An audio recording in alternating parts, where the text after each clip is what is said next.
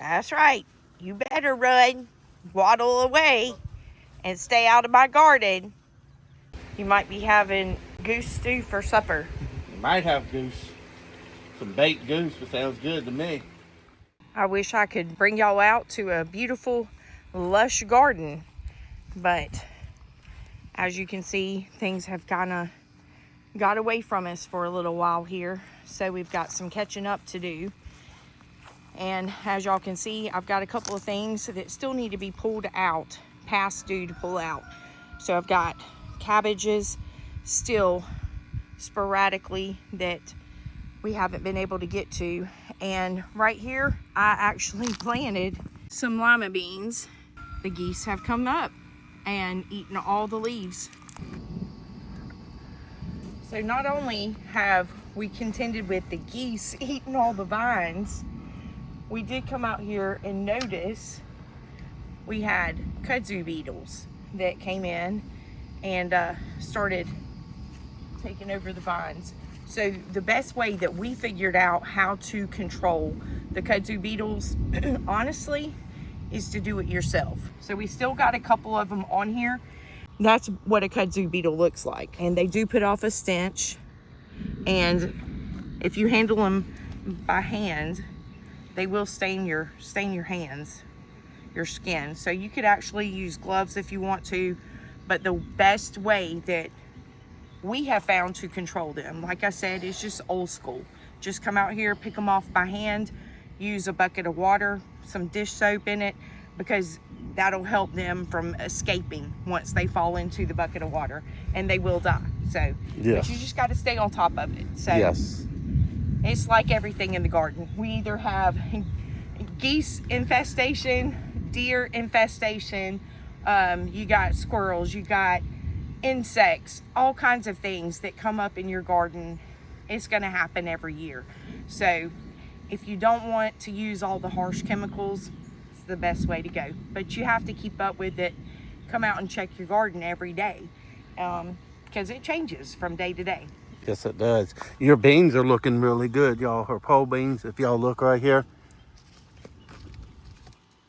Y'all see where the geese have pulled every bit of the leaves off of these pole beans. And these pole beans that were up to here, they ate every one of them. She came back and replanted them, and y'all can see them down here that high. They came back and ate every one of the leaves off of them, the entire caterpillar. And the beans is the only thing, no, excuse me, I'm sorry. Y'all, they got the pole beans that we put on the teepees in the upper garden. They ate them as high as they could reach, just like these. And that is high as a goose can reach. Looks like about 2.5, 3 foot of what they skinned every bit of the leaves off. What we did to remedy that was, I came over here, put the cattle panel back up right here, and put another hot wire on this fence at goose level. We'll just call it goose level. And so far, knock on wood, they have not been back in here because we have the electric fence charger up there running it. And as y'all can see, everything else is doing really good. These are our sweet potato slips we planted. They have taken over this whole area right here. There is a honeydew, and y'all can see the honeydew melons. They are doing outstanding. This is our crimson sweet watermelon, and if y'all remember, we bought a plant this year. I had started watermelon seeds before in the past and had very good luck with them. But this vine wasn't doing so good whenever I planted it. And I had some extra seeds. So I came out and actually planted some more seeds. I think I planted 6 seeds, y'all. And 5 of the 6 came up. Hopefully we'll get some watermelon on it. This big plant right here is volunteer. Look how big that squash plant is. And again, we're behind on harvesting because a lot of those needed to be picked before now. So we'll come out and grab some of those and take what we can't use down to the pigs. And if we can use any of those to save seeds from, we'll do that as well. All of our squash plants are doing good, some better than others, but we are getting plenty of squash. So I got to come out here and get these picked. It's nice.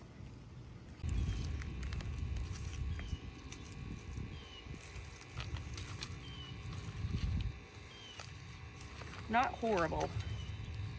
So if I was able to have kept up with our onions like I needed to this year, they probably would have done a lot better for us, but such is life, right?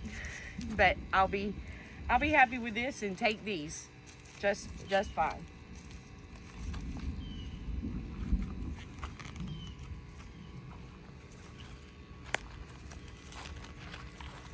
Y'all can see that one just didn't do hardly anything at all. So what I'm doing is just coming through, getting the ones where the tops have completely bent over. Like I told y'all, the geese also ate all my lima beans. Y'all can see all the leaves off of them, but look at all the beans. I mean, they're covered in beans. So I'm gonna come in and do basically some succession planting and actually plant some more seeds. I think we still have enough time for all this to come up too. So all in this area of onions, this row, and I may end up putting another row. I have plenty of room. So lima beans in here. So they'll continually be producing, and hopefully we'll get enough of those this year too.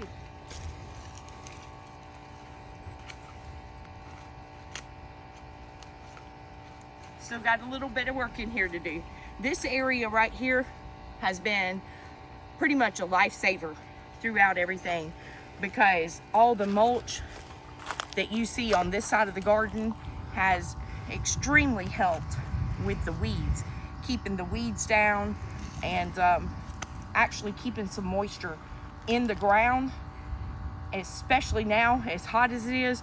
Y'all, we have been in a heat advisory for about a week now. So, and now y'all probably hear some thunder in the background. So we have gotten some light showers today.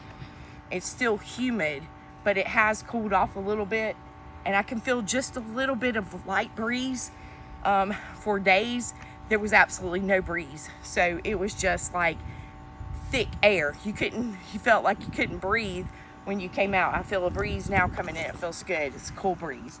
But anyway, so hopefully things will cool off for us a little bit this week here. We are expected some rain this week and a little bit cooler weather. So, but this past week, y'all, has been miserable. Yes, it has. The aromas look like they're doing good. Yeah, so I got a almost ripe one. Y'all see some tomato plants I need to get stood back up and up on the cattle wire. Look at all these right here. That's a nice bunch of aromas right there. Can't wait for those to get ripe. So y'all can see down here, I have come through and started trimming some of the extra leaves off of these tomato plants. So just want to keep some air flowing through them and take off any excess leaves, so it'll focus more on producing the fruit. And I've been picking a couple of these, and up in our upper garden, as hubby calls it, that is not necessarily garden. It is so weeded and grassed over, y'all.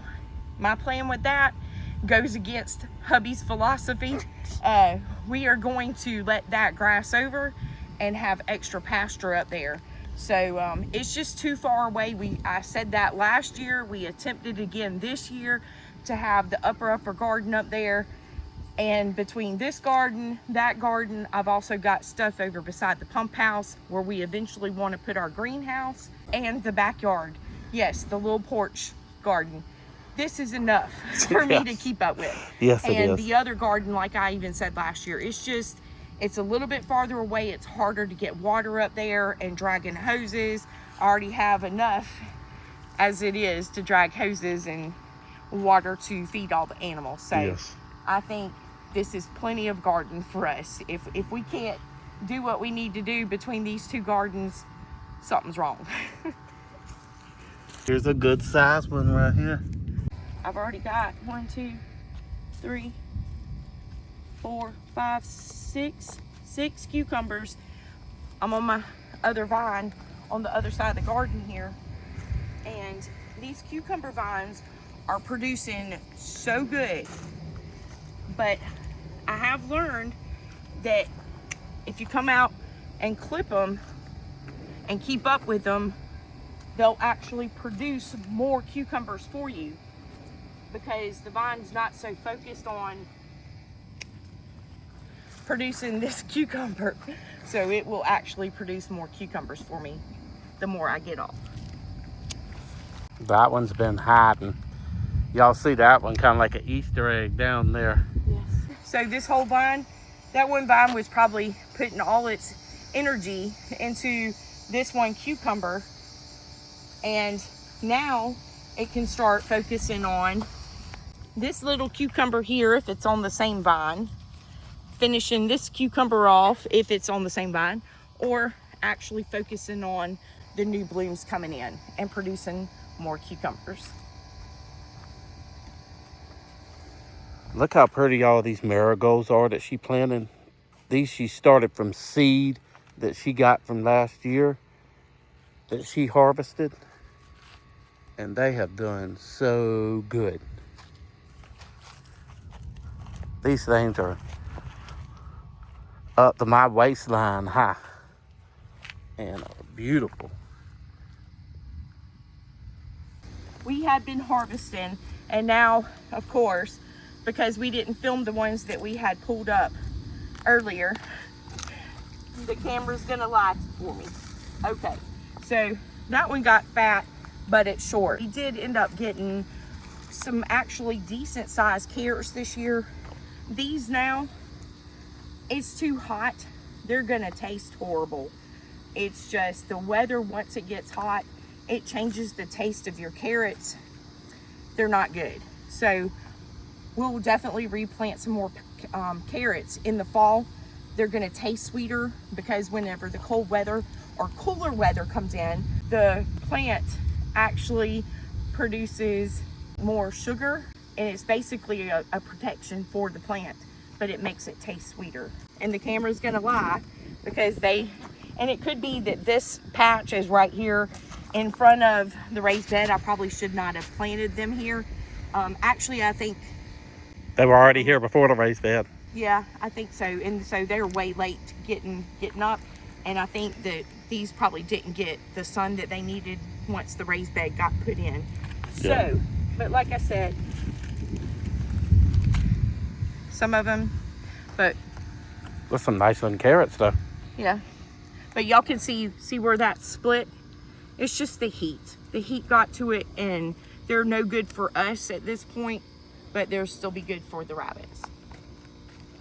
Brownie said he'd probably take one too.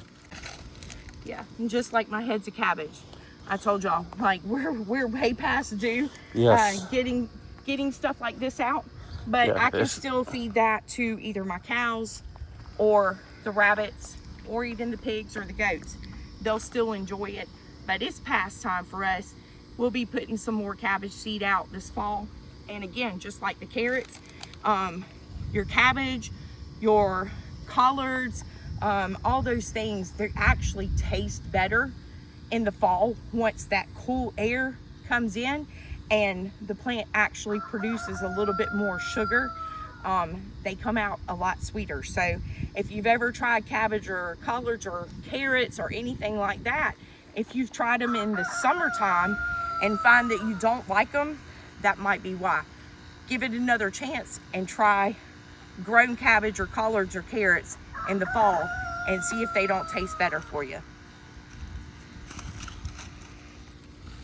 This seems to be a good spot though. They're growing really good here. Yeah, I'm hoping behind you is a good spot, because there's plenty of sun there too.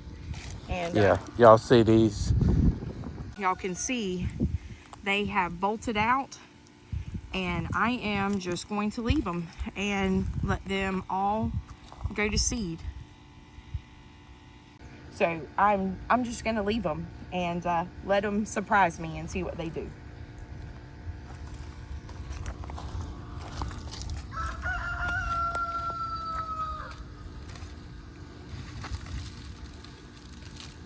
And see, I guess it didn't The camera's not gonna lie, because there are couple of decent ones in here, and the ones that we were getting, some of them may have not been as big around. I got dirt on my face, but they were a little bit longer than this, and they were actually pretty good. We got them in time, and luckily we're able to enjoy some carrots this year, but weren't able to get all of them out before it got too hot on us. Yep. They done really good though. Yeah, and my pickling cucumber, my raised bed has done really good this year for me. Things do need watering. We've been trying to keep up with water. Y'all can see some of the leaves are just droopy. I ended up pulling out our volunteer tomatoes over here. They weren't doing very good, and I think it's because I had removed them, retransplanted them from one side of the raised bed where they were coming up to this one. And I was also concerned about them being so close to the puppy pen, because I didn't want them getting a hold of it. I don't think that tomatoes are good for dogs. No, the leaves and the plant part are poisonous to a dog. Okay, I didn't want to say that if I wasn't sure. Yes. So, I'm not certain about the heard tomato. Something Yeah. about that. So I just went ahead, like I said, and pulled those on up. And as y'all can see, I haven't had time to get something back in the spot. I did come out here and put in some cayenne peppers. These are 4 plants that we had purchased earlier in the season, and they are producing. Y'all can see there's a couple of cayenne peppers on it, and we have harvested off a couple of them. I'll pull this one. It can dry out on its own, but they're producing some nice peppers, and they got several green ones on there. I'm starting to sweat. Yeah. Cause y'all, it's still humid out here. Yeah. So I've got basil. All this is my pickling cucumbers, and y'all look at this. It's overtaken. I'm gonna let a lot of the ones in the back that you see like that, I'm gonna use those for seed. But I wish that y'all could smell this pineapple sage through the camera. I'm gonna see if hubby can smell it. That smells good. It smells like pineapple, like a sage scent. Yeah. You got to rub it a little bit, get some of them, Yes. that oil out of it. So this is another part of the garden. Like I said in our previous video, just trying to keep up with everything, and now we're just trying to get caught back up with everything, and things just overtook on us and started really overproducing, and we're just now trying to get some things out and some more things in, and just trying to get it weeded and straightened back out. So that's what I'm busy doing in the process of now. So. Well, the garden really actually looks good this year. It's full. Well, I told them I would have loved to have brought them out here to a nice, full, lush, I mean, just overly producing garden. The garden is producing very well, but it doesn't look full and lush. No. Thanks to the geese. Yeah, So, if y'all can believe how bushy these things were. I mean, they were seriously like 2 foot, 2.5 foot around fat bushes covered in green leaves. And them geese have picked these things to nothing but sticks. Yeah. For the banana peppers, let me get y'all back over here. Sorry to spin you so quick. The banana peppers is doing really good. Yeah, I've been harvesting them. So there's not very many on the plants right now because I did come out here the other day and started. But, I mean, y'all can see they're producing still pretty good. That one's stuck in between the things, so I don't want to mess with it right now. But y'all can see it's a good size pepper. Yes. And then I'm actually kind of excited about this. Some of the herbs did come up really good that I started from seed, and like my, what is this, fenugreek, it died off. But y'all, that is verbena. I've never grown verbena before, So it's just so exciting to be able to just start something from a seed. Is that borage? And watch it. This is common primrose. So, and this is actually horehound. And, you know, the old-timey horehound candy. Yeah.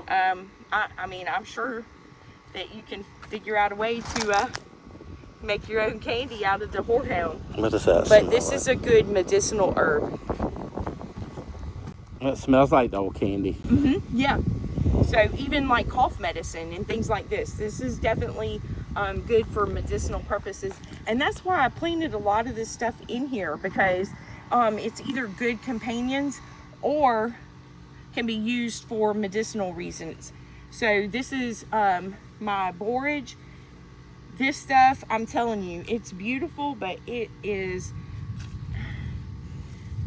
so big. Look at it. It's just falling over. And I did read up on this, and it will actually self-seed itself. So we'll have to see if it actually does that. I can't remember what that is back there. There it is. Yarrow. So I've got some yarrow coming up right here. And y'all can see, I mean, it's gotten, in some places, it's actually filled out pretty good. My chamomile, it started doing good, and I've got 2 little sprigs, and it just didn't do. My basil, this end, and it might just be the difference in this end. The basil on the other end did really good. This one didn't. This is my dill. Y'all can see it's actually already bolted, gone to seed. So I will be definitely coming out and harvesting the seeds off of this dill and putting those up. And I have actually saved some dill seed before in the past. I love growing dill. I used some of that in a potato salad.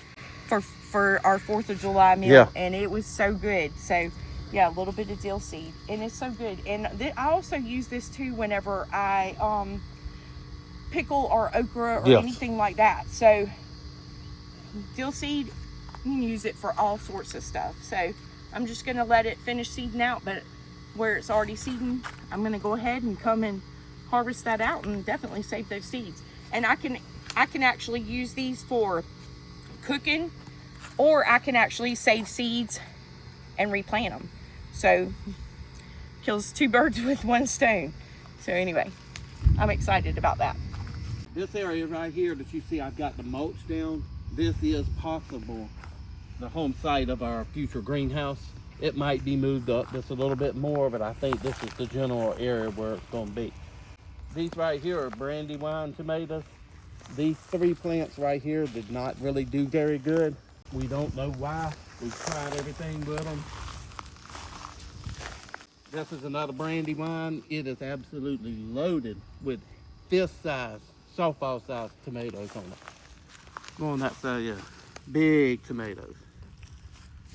They are absolutely wonderful. Look at that one over there. Oh wow. Yeah, those are. Yeah, I can't wait for these to ripen. I keep checking on those. Yeah. Yeah. And these were pork chop. pork chop. So we have 2 pork chop plants right here in the back, as y'all can see that hubby's pointing to. This right here is a chili pepper. Y'all see the little chili peppers on it. And then the rest of them are jalapenos. So they are, y'all can see the jalapenos. These always do good for us. Look at these jalapenos right here, y'all. These things are absolutely loaded. Y'all see them 3 jalapenos. Yeah, that's one thing we haven't ever had a problem. We can grow peppers, but I like letting them get big like that because y'all, I like cutting them open and putting cream cheese and bacon, wrap them in bacon. So they're really good like that. Yeah. And over here is our asparagus bed. First time ever having asparagus. My daddy grew it when I was growing up, and this is our first time. And it is absolutely doing wonderful over here. This is its own dedicated little bed. This is where it's going to be its own little spot. So we're just letting it seed out. This is first year, so we got to wait a little while before we can start harvesting off of it. just let it keep building itself up and its root system up. And soon we'll have plenty of asparagus, more than we can eat. We'll probably won't even make it inside. We'll probably eat it out here in the garden fresh. This is our peaches and cream corn. It did really good for us this year. Luckily, we haven't had any windstorms to blow the stalks over. We did get a few good ears of corn, not a whole lot this year, but it did turn out really good for what we did get. Got some good full germination on it. Beautiful color. This is the peaches and cream. It's got a little bit of damage right there on the end, insect damage on the end. But overall, it's a very pretty ear of corn. So we're gonna harvest off of it what we can. The rest of it will be animal feed. Win-win. Hubby came out here and tilled in between these rows a little bit. Y'all can see the grass coming up in here. But this is our okra is coming up pretty good. We've got some smaller plants, and y'all can see back here, they're a little bit taller. But we're gonna go ahead and get some of this okra harvested. I noticed that there are some fruit coming out on the plant. So we're gonna go ahead and come in here and harvest what we can off of this. Y'all can see some of my cosmos and zinnias coming up. All of these are volunteer. This is where I had all my seeds planted last year. Look how pretty they are. Lots of pretty colors. We appreciate y'all coming along with us today as we harvested through and trying to get this garden caught back up and fighting with the insects and the heat. and the animals, the geese and whatever critters decide that they want to partake in the fruits and vegetables of our labor, right? Yes. So anyway, and y'all, if y'all are having any insect issues or anything like that, hopefully some of the information that we gave can help you as well. It's just a first time and going through and experiencing things for yourself and what works and what doesn't. So anyway, but you just have to figure it out as you go along sometimes. But anyway, we're still going to enjoy the harvest this year and what God has provided for us. And y'all, it looks like I'm going to be busy canning for a little while. Yes, definitely some okra. Y'all see these 4 rows of okra? Yeah, so anyway, nice. Yes. So the okra is doing good, and amongst some of the disasters with things getting eaten down and insect infestation, we're still doing good here. So we're going to get it caught back up and just keep trucking along, keep planting along, shall we say. Yes, So definitely. We'll be wrapping up actually the summer in a couple more months here and actually starting to plant for fall not too far out from now. No, it's not. It's right around the corner. So anyway, we're going to take what we can get for now and see what we can't do this fall as well. So we appreciate y'all coming along. Y'all take care. God bless. God bless.